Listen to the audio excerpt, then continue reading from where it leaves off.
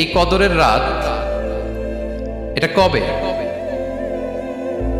এটা স্পেসিফিক ছিল, মানে সুনির্দিষ্ট ছিল। রাসূল সাল্লাল্লাহু আলাইহি ওয়াসাল্লাম আমাদেরকে জানাতে চেয়েছিলেন কবে, কিন্তু রাসূল সাল্লাল্লাহু আলাইহি ওয়াসাল্লাম জানাতে পারেননি। সহিহ বুখারীতে এসেছে যে রাসূল সাল্লাল্লাহু আলাইহি ওয়াসাল্লাম খরাজান নবী সাল্লাল্লাহু আলাইহি ওয়াসাল্লাম লিইউখবিরানা বিলাইলাতিল কদর। উবাদা ইবনে সামিত রাদিয়াল্লাহু তাআলা আনহু বলেন, রাসূল সাল্লাল্লাহু আলাইহি ওয়াসাল্লাম আমাদেরকে জানাতে বের হয়েছিলেন যে কবে কদরের রাতটা। ফাতালাহা রাজুলান মিনাল মুসলিমিন, হঠাৎ মুসলমানদের মধ্য থেকে দুইজন ঝগড়া লাগলো, তর্ক লাগলো। আর রাসূল সাল্লাল্লাহু আলাইহি ওয়াসাল্লাম হঠাৎ করে ওই ঝগড়ার দিকে খেয়াল করলেন, ওই দিকে খেয়াল করে ওই তারিখটার কথা তিনি ভুলে গেলেন। ফারুফিআত, রাসূল সাল্লাল্লাহু আলাইহি ওয়াসাল্লাম বললেন আমার হৃদয় থেকে, অন্তঃকরণ থেকে এটাকে উঠিয়ে নেওয়া হবে।